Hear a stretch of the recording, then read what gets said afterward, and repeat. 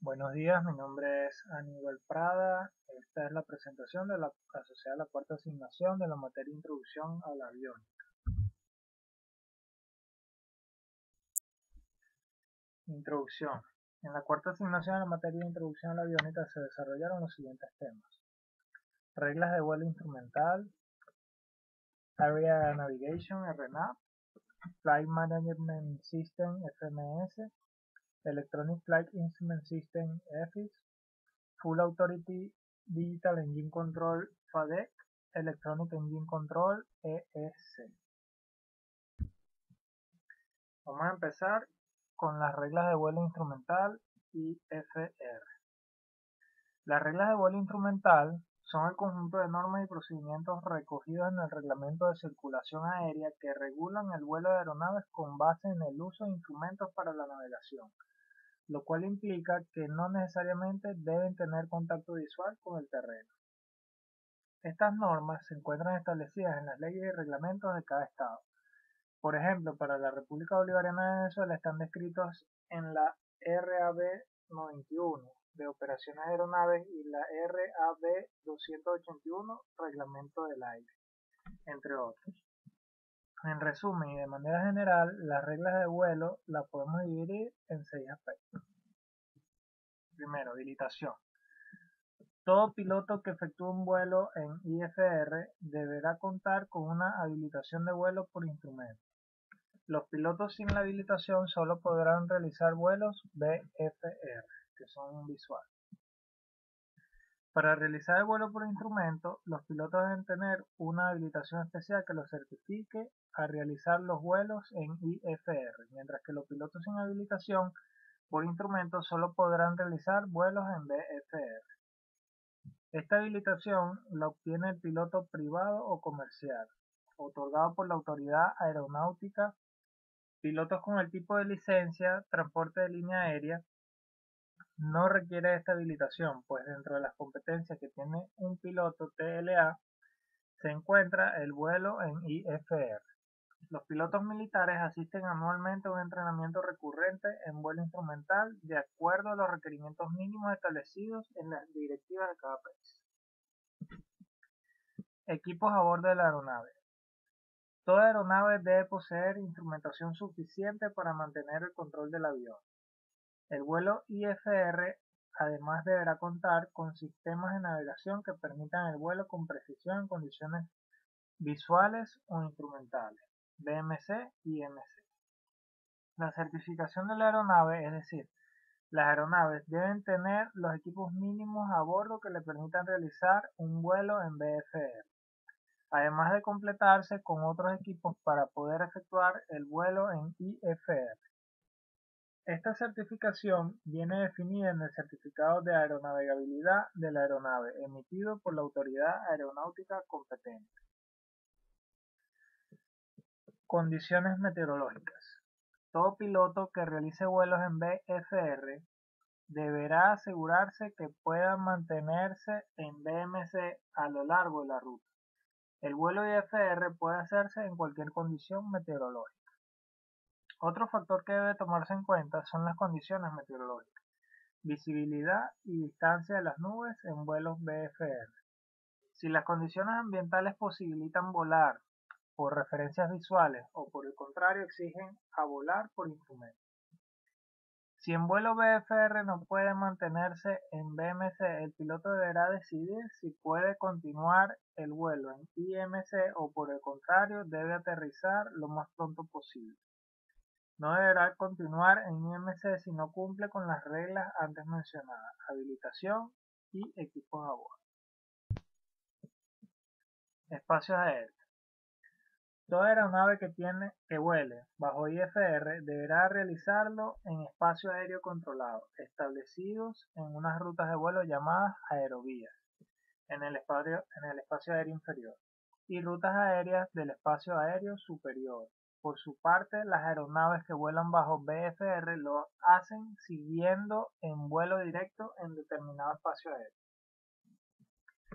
Este factor radica en la clasificación de los espacios aéreos y el control del tráfico aéreo, en los cuales se puede volar en IFR y bajo cuáles condiciones operar en VFR según la clasificación. El siguiente cuadro muestra la clasificación del espacio aéreo y algunas las facilidades que brinda. La facilidad del espacio.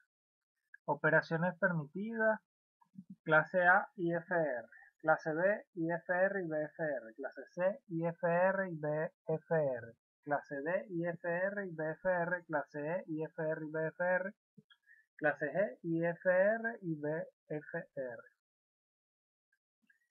Se muestran otras características como requisitos de entrada, clasificación mínima del piloto, radios de 2 vías, visibilidad mínima en VFR y separación de aeronaves. Altitudes o niveles crucero. Toda aeronave deberá ajustarse al sistema semicircular de crucero de acuerdo al rumbo de la aeronave y regla de vuelo. Este factor reside en las altitudes de vuelo. Normalmente las aeronaves en una misma ruta están separadas unas de otras con una diferencia de 1000 pies entre IFR o 500 pies de IFR a BFR hasta FL 195. Estas altitudes o niveles dependen del rumbo que tiene la aeronave. Normalmente la OACI establece que las aeronaves vuelan según el sistema semicircular de crucero. Es decir, para un vuelo en IFR, un rumbo de 0 grados hasta 179 grados. El nivel de vuelo será impar y desde 180 grados hasta 359 grados el nivel de vuelo será par. Para el vuelo BFR, un rumbo desde 0 hasta 179, el nivel de vuelo será impar más 500 pies. Y desde 180 grados hasta 359 grados, el nivel de vuelo será par más 500 pies. Por ejemplo, en la República Bolivariana de Venezuela, la regulación venezolana RAF 91.48, altitud de crucero IFR o nivel de vuelo IFR, establece sobre altitudes de vuelo IFR los vuelos IFR en vuelo horizontal de crucero cuando operen por encima de 3000 pies por encima del suelo, above ground level. Se efectuarán con una altitud que dependerá de su ruta magnética.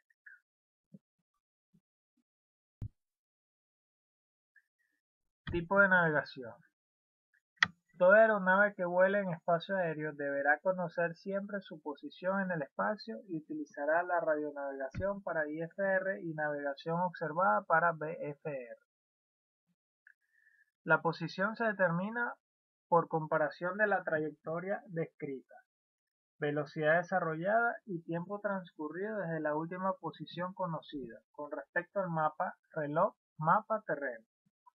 A esto se le conoce como navegación a estímulo. En vuelo IFR la radionavegación es la más utilizada, es decir, aquella que se realiza cuando la posición de la aeronave se determina por medio de los equipos de radio instalados en el avión y las estaciones terrestres.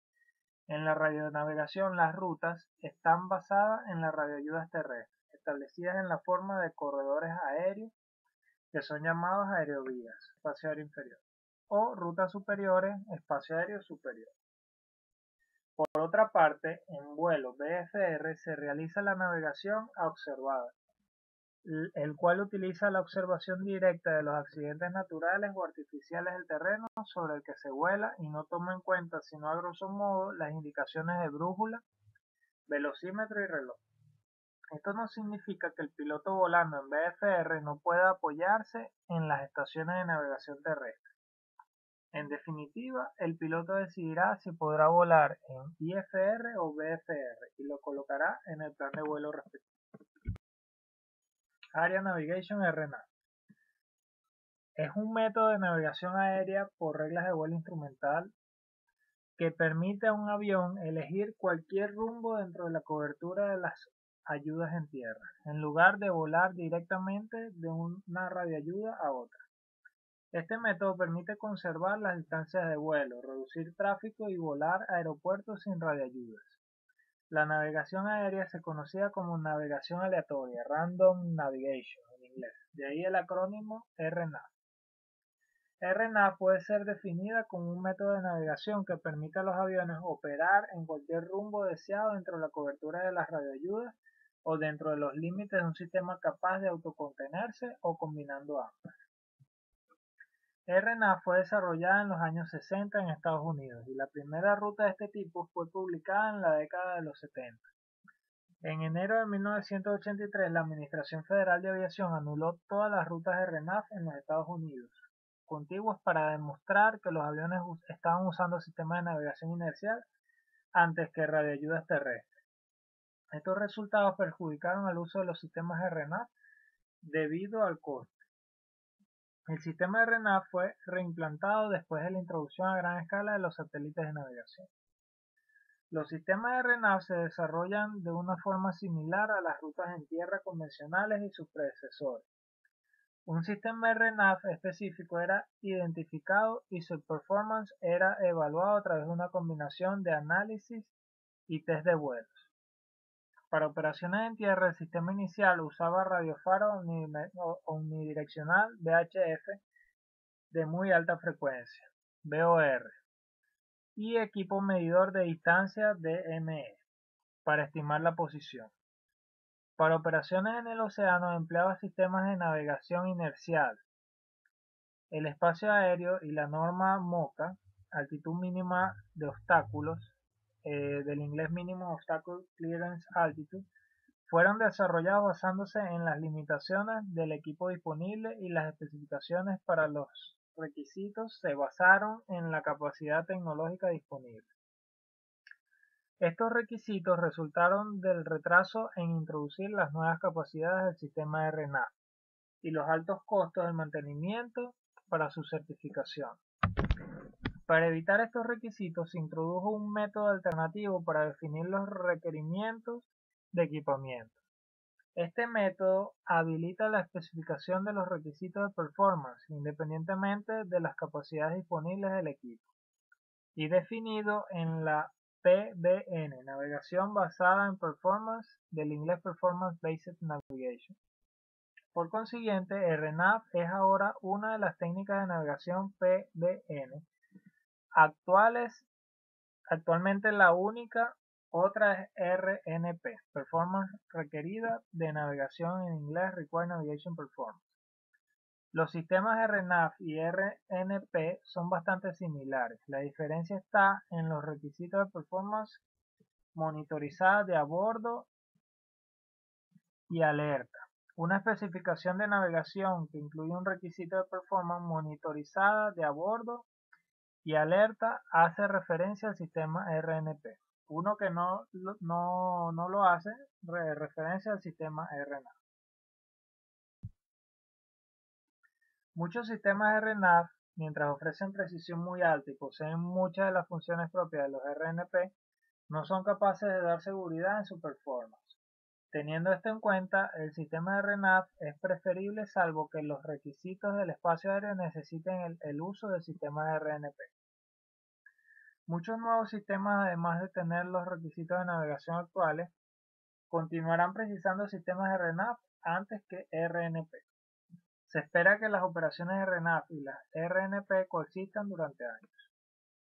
Sin embargo, los sistemas RNP son mejores respecto a la fiabilidad de su performance, permitiendo usar rutas más próximas entre sí con suficiente fiabilidad para que los sistemas RNP sean usados solos.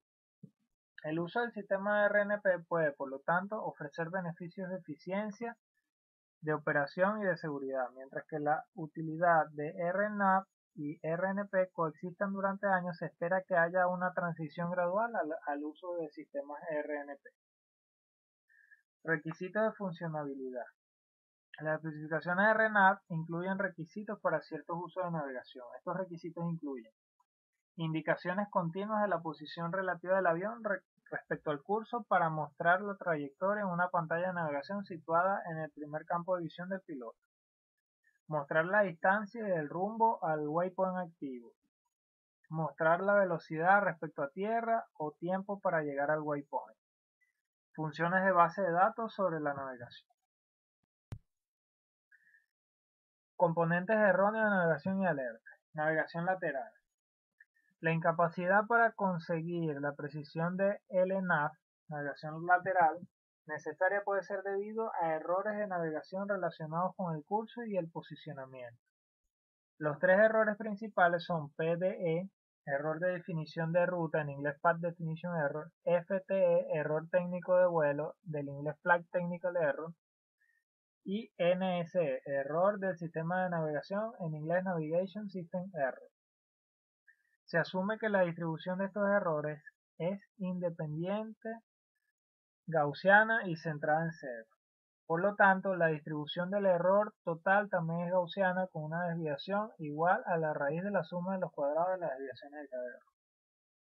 El error PDE ocurre cuando la ruta definida en el sistema RNAV no se corresponde con la ruta deseada.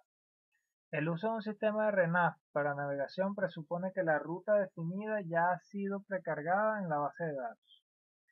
Una ruta coherente y repetible no puede ser definida para una curva que permita giros de reconocimiento hacia un waypoint, porque la proximidad al waypoint y el vector de viento no pueden ser repetidos.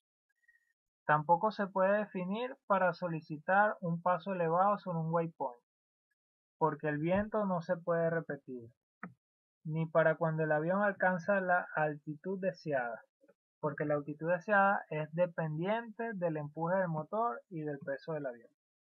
En estos casos, la base de datos contiene la ruta deseada de un punto a otro, pero no puede informar cuándo el sistema de RNAV está definido en un vuelo de reconocimiento o en paso elevado y funcionando en una maniobra. Un error PDE significativo y FTE no puede ser establecido sin definir la ruta, resultando variable en el giro. Un camino repetible y determinado no puede ser definido para rutas basadas en el rumbo y resultando en una trayectoria irregular admitida para la ruta diseñada. El error FTE cuenta con que la tripulación o las habilidades del piloto automático siguen el rumbo definido, teniendo en cuenta cualquier tipo de error. El error FTE puede ser controlado por el piloto automático o la tripulación. El alcance que estos procedimientos necesitan para ser ayudados depende del tipo de fase de vuelo y del tipo de operación. Estas ayudas monitorizadas pueden ser dadas por un mapa en pantalla. El error NSE se refiere a la diferencia entre la posición estimada del avión y la posición actual. Navegación vertical. Las actuaciones longitudinales implican navegación en contra de una posición a lo largo de un rumbo. Por ejemplo, control 4D. Sin embargo, en la actualidad no hay especificaciones requeridas en el control 4D. Si hay error FTE en el eje longitudinal. Las especificaciones actuales de navegación definen requisitos de precisión a lo largo del rumbo, en los que se incluye NSE y PDE. El error PDE es considerado insignificante. La precisión a lo largo del rumbo afecta a los informes y a los procedimientos de diseño. Designación. Un sistema RNAV es designado como RNAV-X, por ejemplo, RNAV-1. La X se refiere a la precisión en millas náuticas de navegación lateral que se espera alcanzar al menos durante el 95% del tiempo de vuelo por la tripulación dentro del espacio aéreo, ruta o método. No hay especificación RNAV sobre la aproximación. Plan de vuelo. Las notificaciones automáticas de certificación de un avión para operar en una ruta con servicio de tránsito aéreo o en procedimientos o en el espacio aéreo son dadas por el control de tráfico aéreo. Los procedimientos para hacer el plan de vuelo están especificados en el documento de la ICAO. En la figura se observan las diferencias ahí entre el RNAV. Hay una ruta directa entre el FlightPath A y el FlightPath B. Y el RNAV-1 se observa que es una franja de una milla náutica en relación a la ruta del avión. El Flight Management System. FMS son las siglas del Flight Management System, o lo que es lo mismo, Sistema de Gestión de Vuelo. Es un sistema que se ha vuelto indispensable en la aviación moderna de hoy en día, ya que gestiona los diversos factores que afectan al vuelo del avión, tanto la ruta que tiene que seguir como los niveles óptimos a los cuales volar para reducir el consumo y hacer un vuelo mucho más eficiente.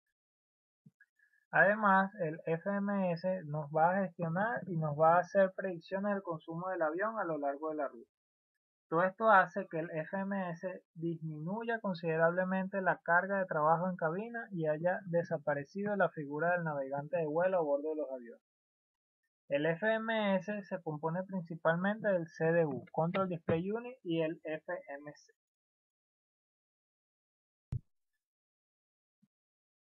El piloto introduce los datos al FMC a través de la CDU, que no es más que un teclado y una pantalla que sirve para la comunicación entre el piloto y el FMC.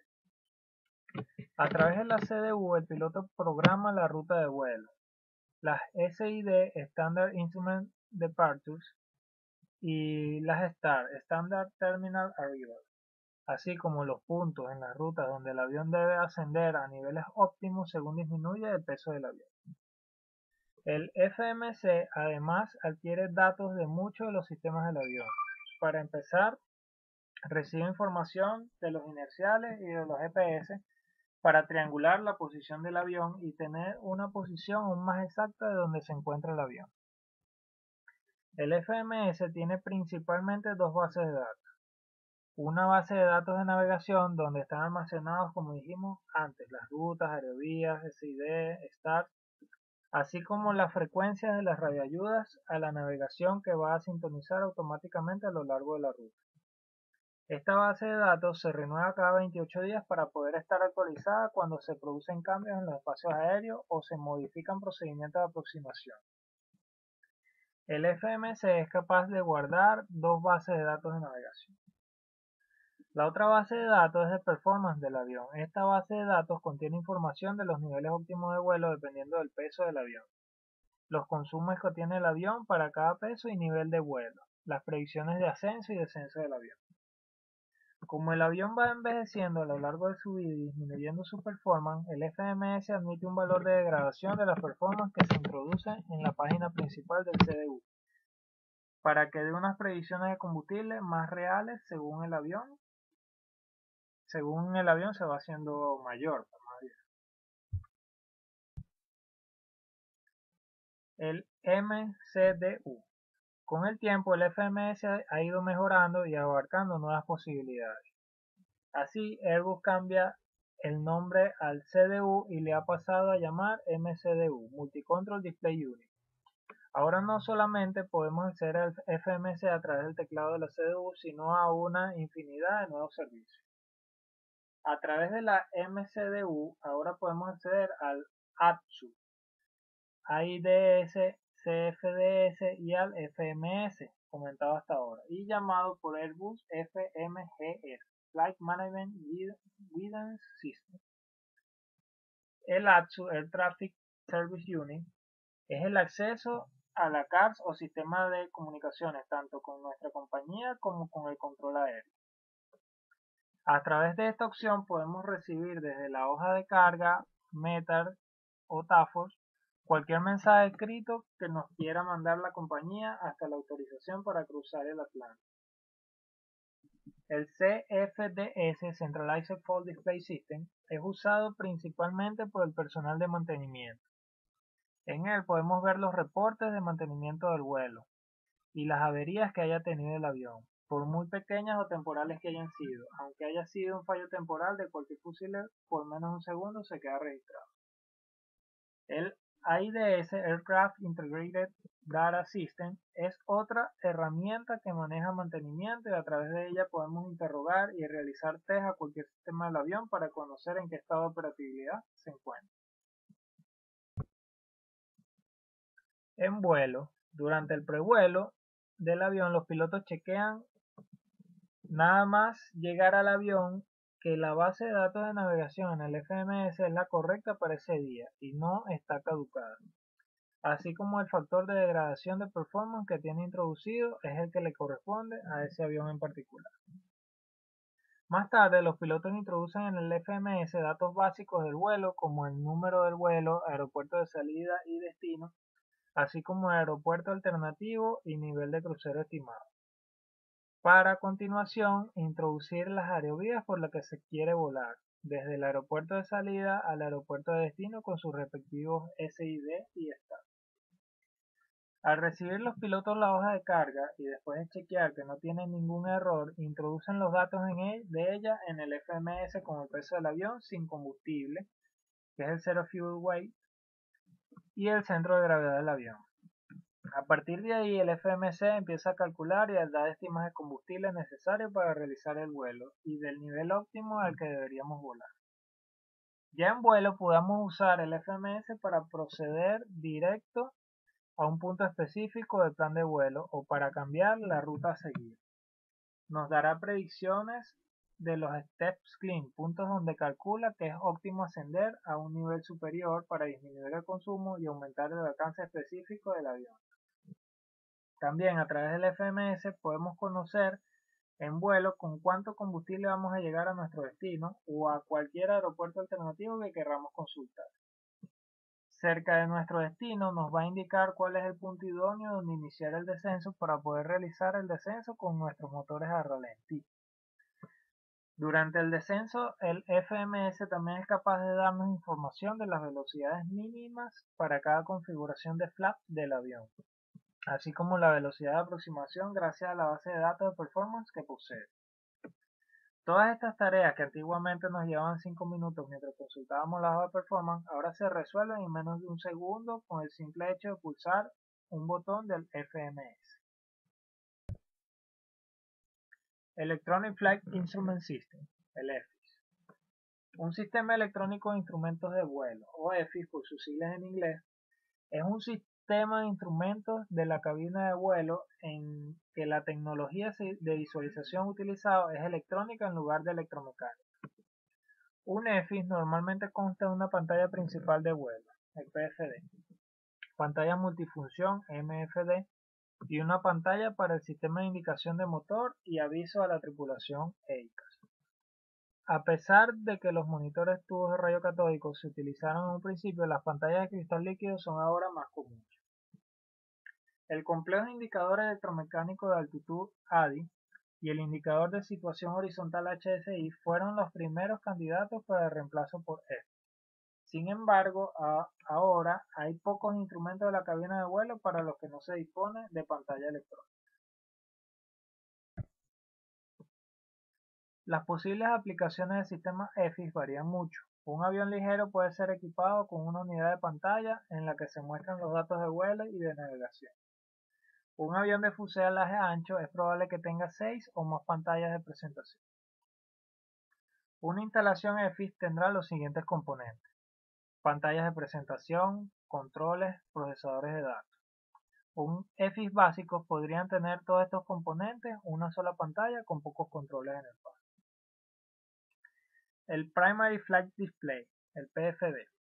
En la cabina de vuelo, las pantallas de presentación son las partes más visibles de un sistema EFIS y son sus características las que le dan lugar al nombre de cabina de cristal. La pantalla de presentación que toma el lugar del ADI se llama pantalla principal de vuelo, Primary Flight Display, PFD. Si una pantalla separada sustituye a la HSI, se llama pantalla de navegación. El PFD muestra toda la información crítica para el vuelo, incluida la velocidad aerodinámica, altitud, rumbo, actitud, velocidad vertical y guiñada.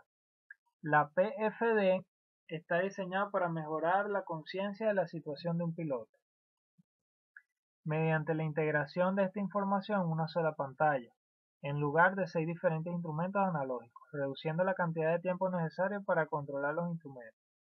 La PFD también aumenta la conciencia situacional de la tripulación del avión al alertar de condiciones inusuales y potencialmente peligrosas, por ejemplo, de baja velocidad, alta tasa de descenso, cambiando el color o la forma de la pantalla o alertas de audio. Los nombres de Electronic Altitude Director y Electronic Horizontal Situation Indicator son utilizados por algunos fabricantes. Sin embargo, una ADI simulada es solo la pieza central de la PDE. La información adicional está superpuesta a ambas y dispuestos alrededor del gráfico. La pantalla multifunción puede hacer que una pantalla de navegación por separado se vea innecesaria. Otra opción es utilizar una pantalla grande para mostrar tanto la PFD y la pantalla de navegación. El PFD y la pantalla de navegación y la pantalla de multifunción cuando está instalada a menudo son físicamente idénticas. La información mostrada está determinada por el sistema de interfaces en las que están instaladas las pantallas. Así, la explotación de las piezas de repuesto se ha simplificado, las pantallas pueden instalarse en cualquier posición. Unidades de LCD generan menos calor que los monitores de rayos catódicos. Una ventaja en un panel de instrumentos congestionado. También son más ligeros y ocupan un volumen más bajo. Multifunction Display MFD y Navigation Display ND. El MFD Multifunction Display muestra la navegación y la información en tiempo real de múltiples sistemas. Las pantallas multifuncionales con frecuencia se idearon como cartas centralizadas o cartas digitales, donde las tripulaciones pueden superponer informaciones diferentes sobre un mapa o un gráfico. Ejemplos de información de superposición MFD incluir plan de ruta actual de la aeronave, información de tiempo provista en el radar de a bordo o bien por los radares meteorológicos en tierra. Por ejemplo, NEXRA, el espacio aéreo restringido y el tráfico de aeronaves. Los equipos multifuncionales también pueden ser usados para ver otro tipo de recubrimiento de los datos, por ejemplo, el plan de la ruta actual, y se calcula superposición de datos de tipo, por ejemplo, el deslizamiento del radio de la aeronave, dada la situación actual sobre el terreno, los vientos y la velocidad de la aeronave y de altitud. Las pantallas multifuncionales también pueden mostrar información acerca de los sistemas de aeronaves tales como el combustible y los sistemas eléctricos. Al igual que con la PFD, el MFD se puede cambiar el color o la forma de los datos para alertar a la tripulación a situaciones peligrosas. Electrónica centralizada de seguimiento de aeronaves, el ECAM. Full Authority Digital Engine Control, el FADEC. Es un sistema que consiste en un computador digital llamado EEC, Electronic Engine Controller, o ECU, Engine Control Unit, y accesorios relacionados que controlan todos los aspectos del comportamiento del motor de la aeronave.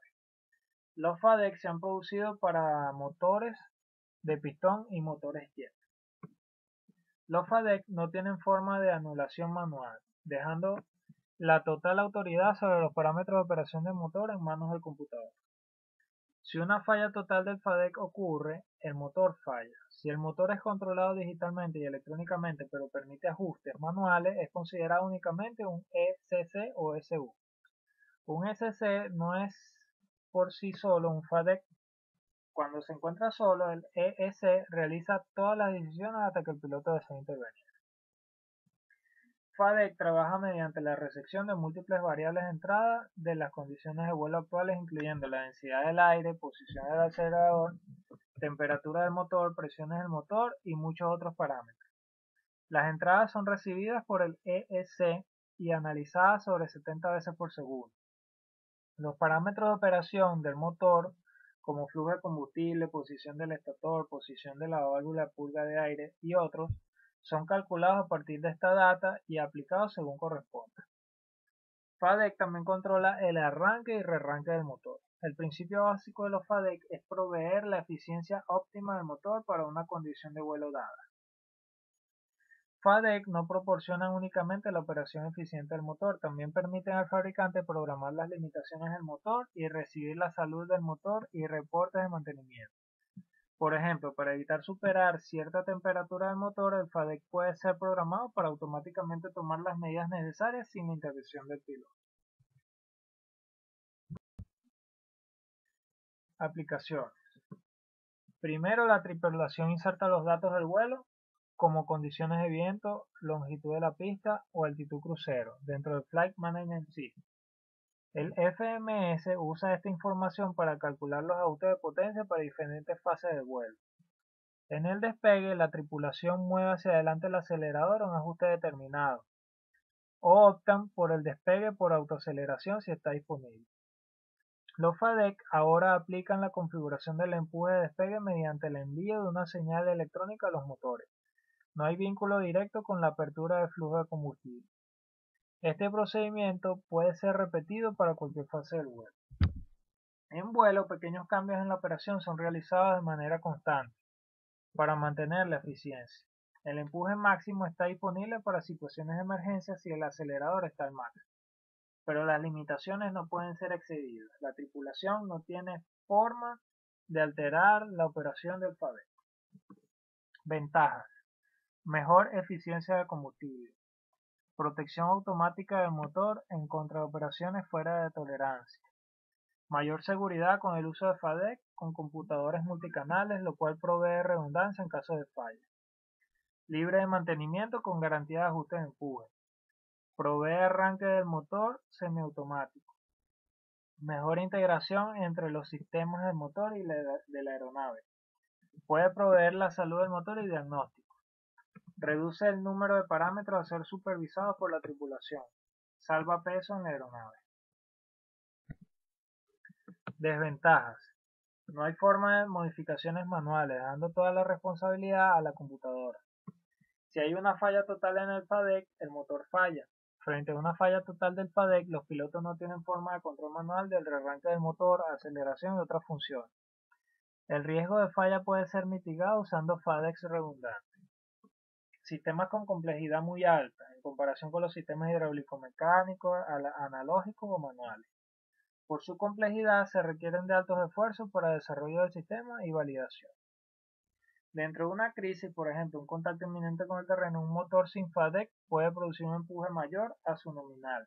Un control con FADEC siempre va a operar dentro de sus límites de operación.